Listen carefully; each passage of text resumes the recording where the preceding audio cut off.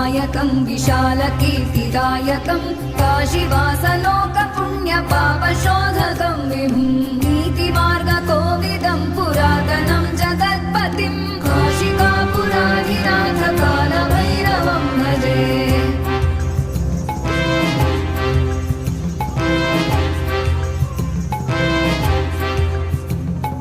कालभैरवाष्टकं पठन्ति ये मनोहरं